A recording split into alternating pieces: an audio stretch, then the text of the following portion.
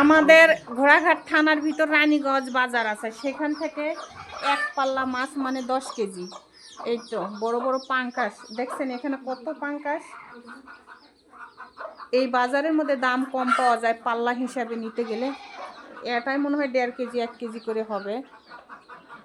সকালবেলা বাজার থেকে নিয়ে আসে এই টাটকা টাটকা পাঙ্কাশ মাছ, যদি রান্না করা যায় দারুণ মজা।